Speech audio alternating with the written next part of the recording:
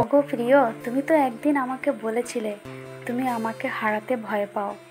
আমি হেসে বলেছিলাম, তাই নাকি? তখন তুমি আমাকে কি বলেছিলে বলো তো?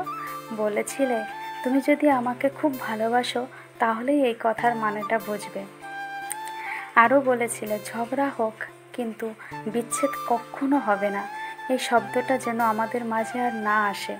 দেখো, আর এখন এতটা বছর হয়ে গেল, এত দিন কেটে গেল, তুমি সেই কথাগুলোর মতো স্মৃতি হয়ে রয়ে গেছো। কই, এখন তো তুমি দিব্যি ভালো আছো আমাকে ছাড়া। ওগো প্রিয়, তুমি ভালো থেকো, সুস্থ থেকো, এই প্রার্থনাই আমি করি। হ্যালো বন্ধুরা, আমি রীতা। আমার আরেকটি নতুন ব্লগে তোমাদের সবাইকে স্বাগত। আশা করছি যে যেখান থেকে আমার এই ভিডিওটি দেখছো সবাই ভালো আছো, সুস্থ আছো। আমরাও কিন্তু বেশ ভালো আছি। বন্ধুরা, আজকে হচ্ছে মনসা পুজো। আমি খুব সকালে চান করে নিয়েছি আর বেশ কিছু জামা কাপড়ও ধুয়েছিলাম। তো সকালটা আজকে খুব সুন্দর ছিল, বৃষ্টি ছিল না, আকাশে রোদ উঠেছে। আর তোমার আকাশে মেঘটা দেখলাম, কিন্তু এখন প্রচুর রোদ আছে। তো চান টান করে জামা কাপড় নেড়ে দিয়ে আমি চলে এসেছি রান্না করতে। আর এদিকে শাশুড়ি মা চান করে পুজোর ঘরে ঠাকুরের সব কিছু গোছাচ্ছে। আমাকে বলছে তুমি রান্না করো, আর আমি পুজোরটা যখন আমার গোছানো হয়ে যাবে তুমি উপরে এসো ঠাকুরের এখানে। আমি বলছি ঠিক আছে। আর আজকে হচ্ছে আমার শ্বশুরমশাইয়েরও মৃত্যুবার্ষিকী, একই সঙ্গে ঠাকুর ঘরেই পালিত হচ্ছে সব কিছু।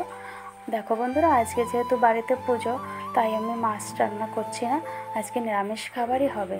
তাই এই যে সয়াবিন করেছি, উচ্ছে ভাজি, পটল ভাজি, ভেন্ডি ভাজি আর দুধ আছে, এগুলোতেই হবে। তো রান্নাবান্না হয়ে গেছে আর এখন আমি ঠাকুর ঘরে যাচ্ছি। শাশুড়ি মা পুজো করছে তো ওখানে।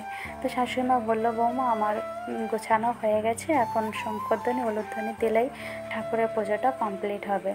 তো এখানে প্রতিদিনের মতো যেরকম নিত্য পূজা করা হয় সেটা করা হচ্ছে, ঠাকুরের পুজো। তারপরে এখানে যেহেতু আজকে মনসা দেবীর পুজো, তা মনসা ঠাকুরের মূর্তি তো আনা হয় না আমাদের, আমরা ঘটে পুজো করি, তো ঘটের পুজোটাই কম হচ্ছে।